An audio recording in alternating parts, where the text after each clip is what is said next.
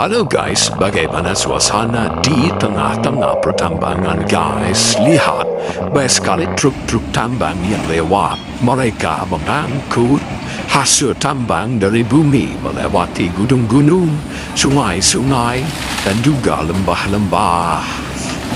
Ya kan guys, mereka semua itu jauh daripada pedesaan.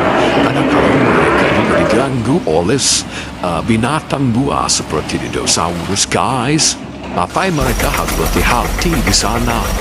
Karena juga mereka banyak yang mengganggu. Ya guys, lihatlah truk ini mengangkut hasil tambang untuk dibawa, diolah menjadi bahan bakar. Seperti ini guys, banyak gangguan seperti dinosaurus, T-Rexaurus. Wow, hati-hati ya guys. Doakan mereka di sana bekerja agar tetap selamat.